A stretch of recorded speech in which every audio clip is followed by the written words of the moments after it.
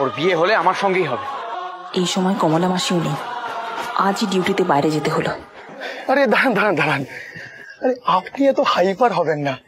তাছাড়া দোষ তো আপনার, আপনি লেট করে এসেছেন, আপনি ভালোবাসেন, আপনি বিয়ে করবেন। তাছাড়া আমি তো আপনার শালা।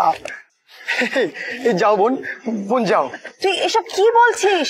যার সাথে তোর বিয়ে হওয়ার কথা তাকে তুই বোন বলছিস? বউ না হলে তো বোনই হয়। দাঁড়া দাঁড়া, তুই কিন্তু আমার মাথার দিব্যি খেয়ে কথা দিয়েছিলি ঝিলিক, আমি যে ছেলেকে ঠিক করে দেব তুই তাকেই বিয়ে করবি। তোকে আমার মাথার দিব্যি রইল ঝিলিক, আমি যে ছেলে তোর জন্য ঠিক করে দেব তোকে তাকেই বিয়ে করতে, তাকেই বিয়ে করতে, তাকেই বিয়ে করতে হবে। তুই ঝিলিককে ভালোবাসিস তাই তো দেবা?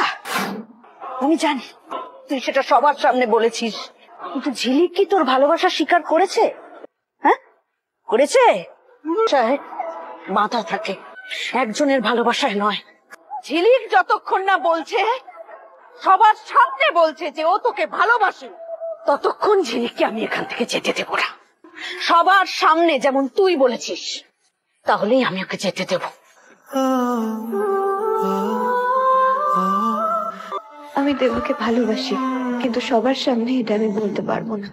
দেবাকে বিয়ে করলে একদিন না একদিন সত্যিটা প্রকাশ হয়ে পড়বে, তাতে ঝিলিকের সংসারটা ভেঙে যাবে। ঝিলিকের এত বড় ক্ষতি আমি হতে দিতে পারবো না। আরে না না, ওর মুখে বলা দরকার নেই, ওর মুখ দেখে বোঝা যাচ্ছে যে ও ভালোবাসে। দেবার মাথা ছুঁয়ে তুই বল, তুই ওকে ভালোবাসিস না বাসিস না?